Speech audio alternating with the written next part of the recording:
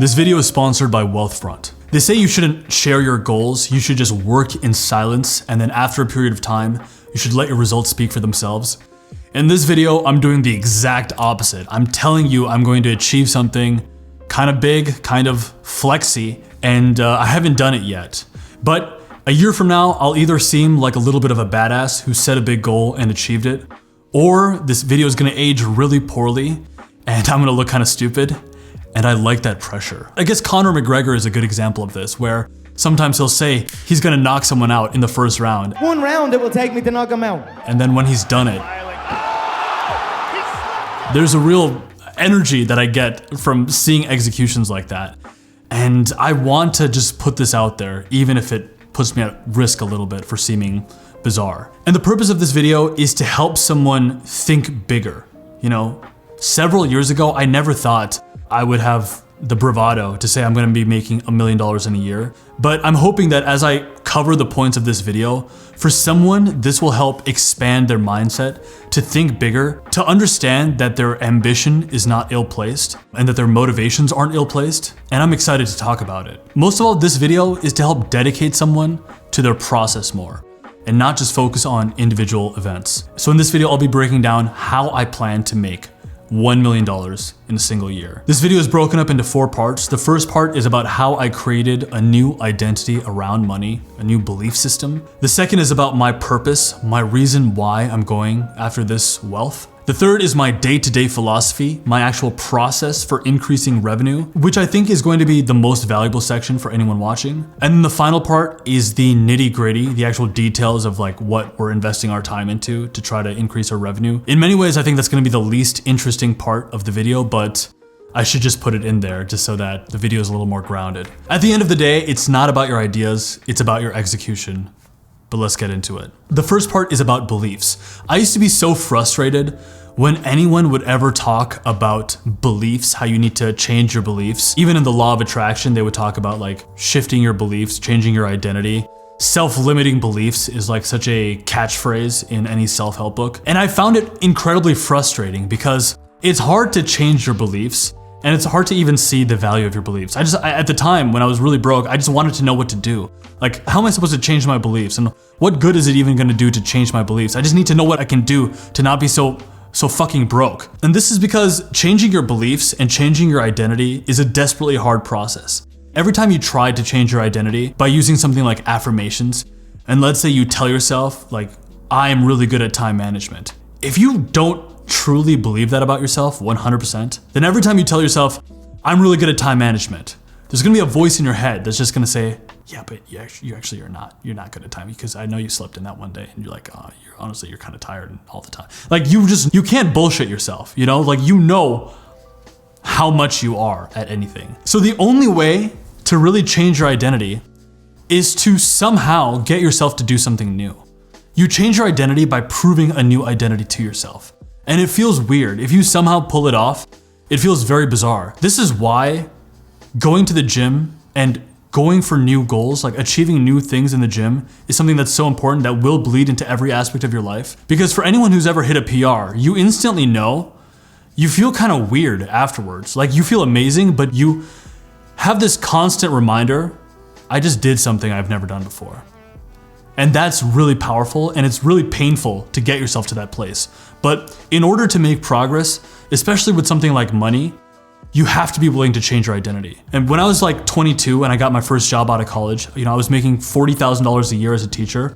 My identity strongly felt like that was actually a stretch amount of money because before that I was just like working at Gap, making minimum wage. So even getting up to $20 an hour, and it wasn't just an hourly rate, it was a salaried job with benefits. Honestly, it felt too good for me. And so whenever someone in the admin would say, hey, we need you to come in on the weekends and like clean up the school after this event or stay after late to do this thing. That job, you know, was a private school. There were like no restrictions. Honestly, a lot of times they treated their teachers very poorly just because they could. A lot of us teachers were very young and we did have a low sense of belief about how we should be treated. So I would do all these things. I would take on an extra class.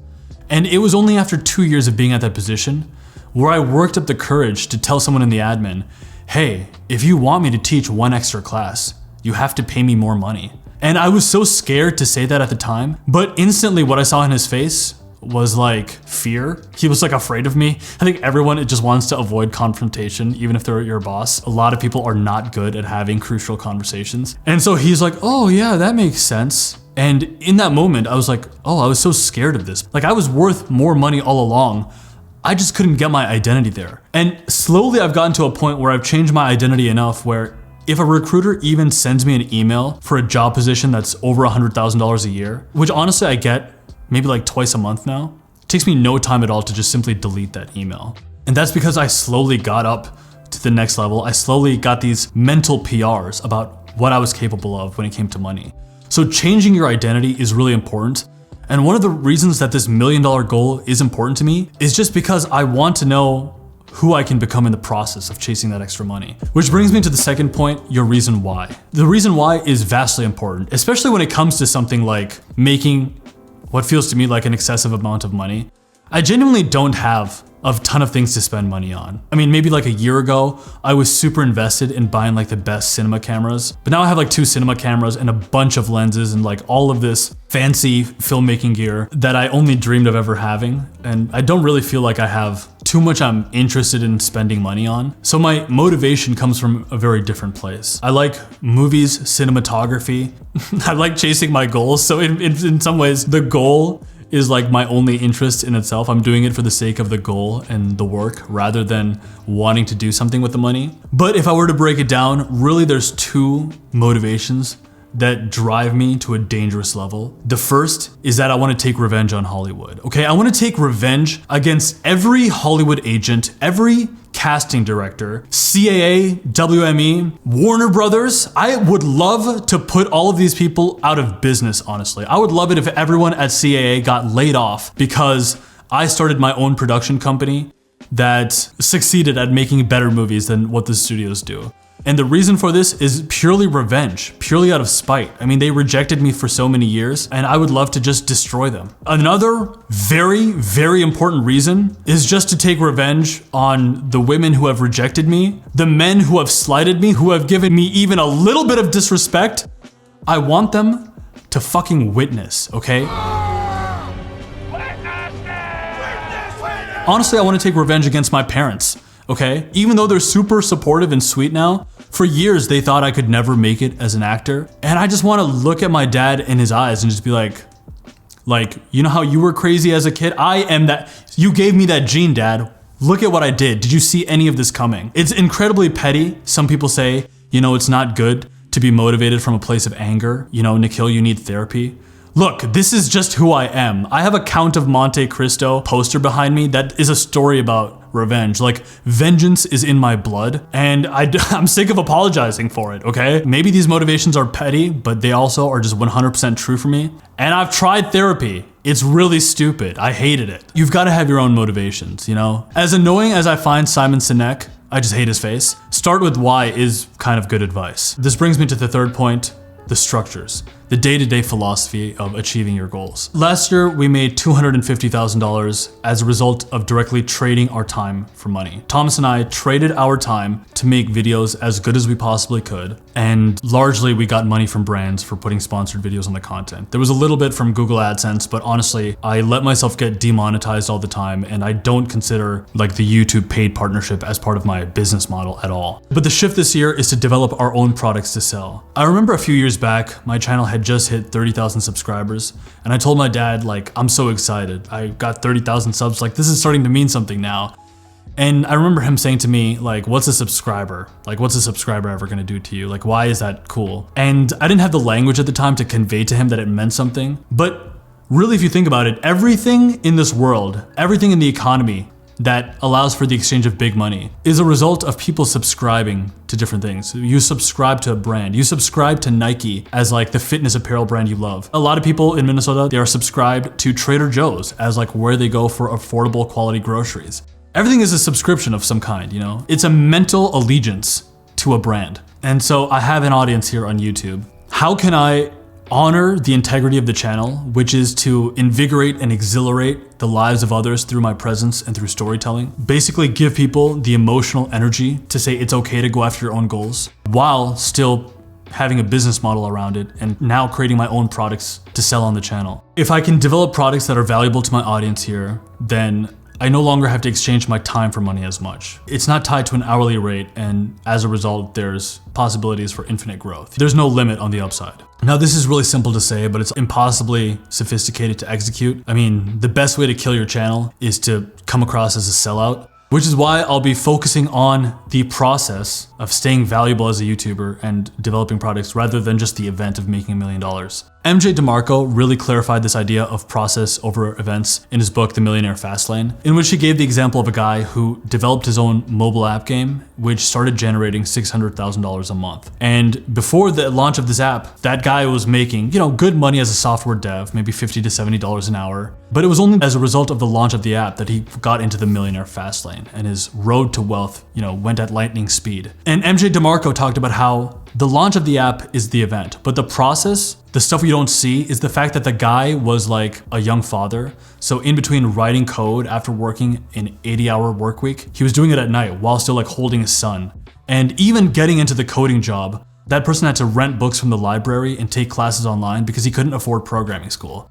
So what looks like an overnight success, an event, was actually a process that was years in the making. Our own process is gonna involve lots of research. There's lots that we need to learn. We'll be market testing. We're gonna be mindstorming much more often now. Mindstorming is a tactic I've talked about before. It's something I'm really passionate about because it does work. You basically pose your goal as a question, and then you just use your own resources to come up with a list of all the things you can do to try to achieve that goal, and then you just start trying things. Thomas and I, we now think about the business as a whole as CEOs much more often, and we're mindstorming towards the accomplishment of those goals rather than just being employees to the channel and just getting straight to work. We understand that a lot of these ideas probably aren't gonna work. In fact, there's probably gonna be a lot of failed investments along the way, but even that is exciting to me because it is all a part of the process and it'll lead to something. You might be at a different stage in your financial career. Some of you might be way ahead of me, but a lot of these principles and tactics are available to everyone, regardless of the stage that they're at.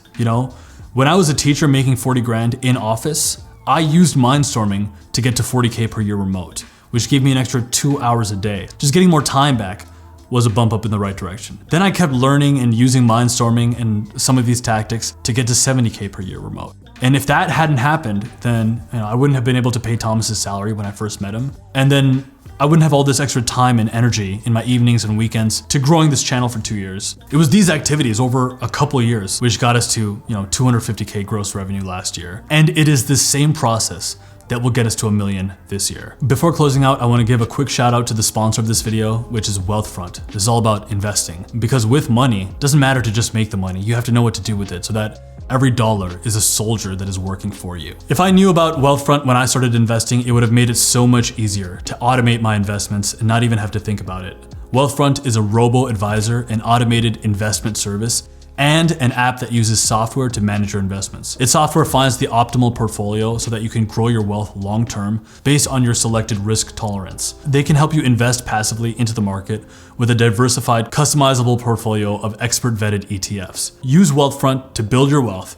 It only takes a few minutes to sign up, and you can look at your net worth and all of your accounts in one single, easy-to-use app. It was recently my birthday. I turned 29. One of the things that I wish I did far sooner is investing. Once again, back to MJ DeMarco's book, he said one of the biggest wealth killers is spending money needlessly. And even if you're only able to invest a little bit, there's a sentiment that's carried when you pay yourself first. It's like you treat yourself with more respect.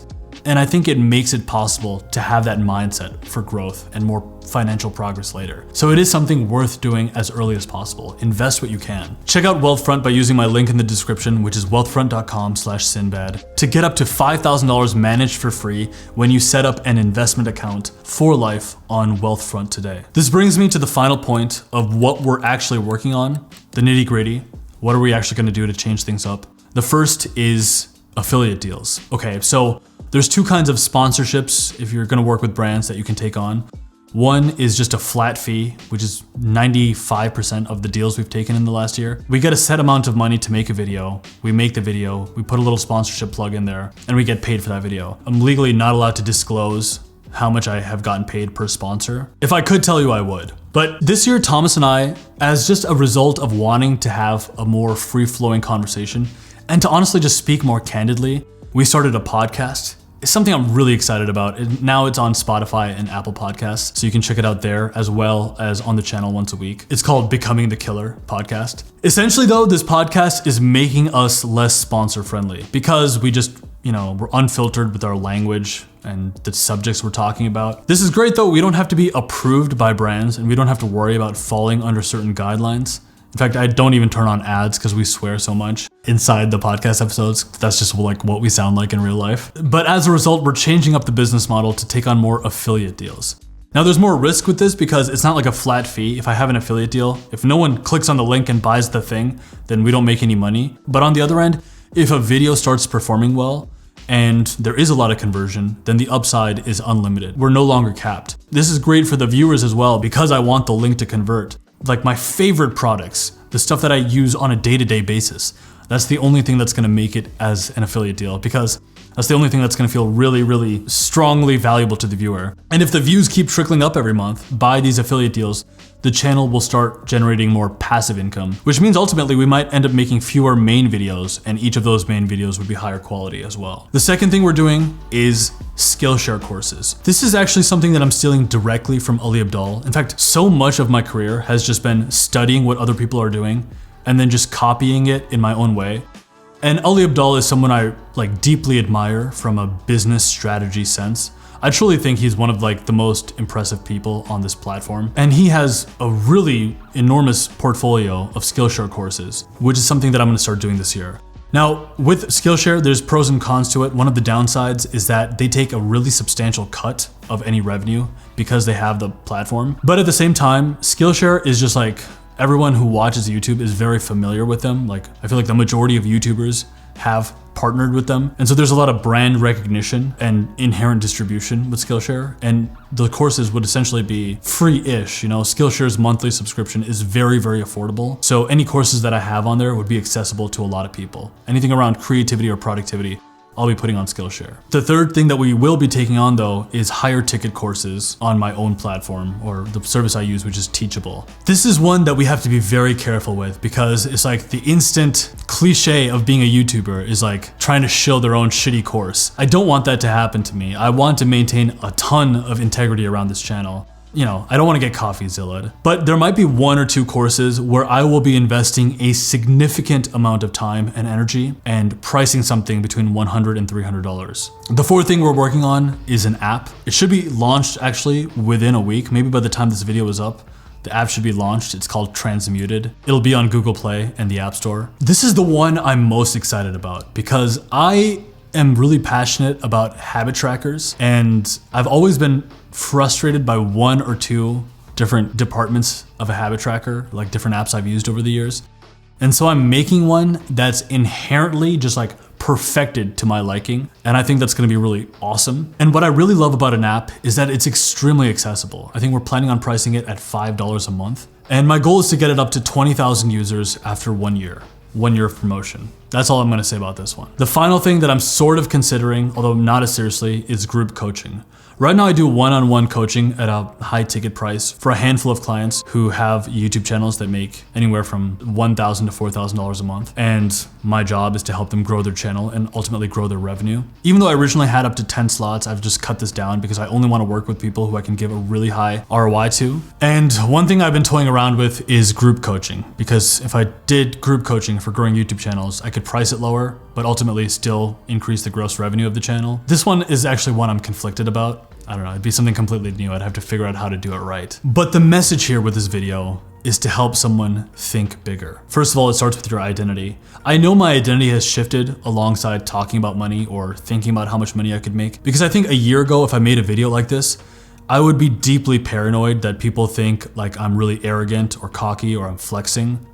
Maybe I am, but also this year, I really don't care. If someone is offended that I'm talking like this, or if I'm making someone feel bad about, I don't know, our plans for this year, I'm just telling you what I'm doing. I'm just telling you my own strategies that I'm implementing, and what one man can do, another can do.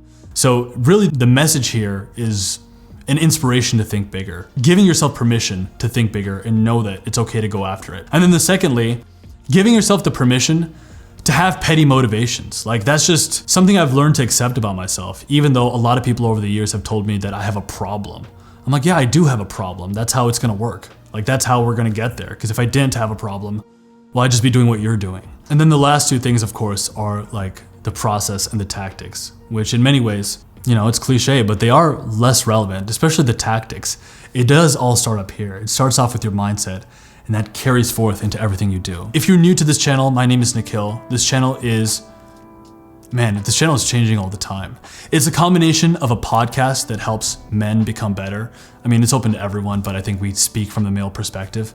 And also weekly videos where we help creatives expand their thinking and go after their dreams. If any of that appeals to you, then consider subscribing. But with that being said, for those of us who are willing to cultivate the beliefs, the mindset, the process, and the tactics in achieving our dreams, to us I say greatness is coming. See you next time.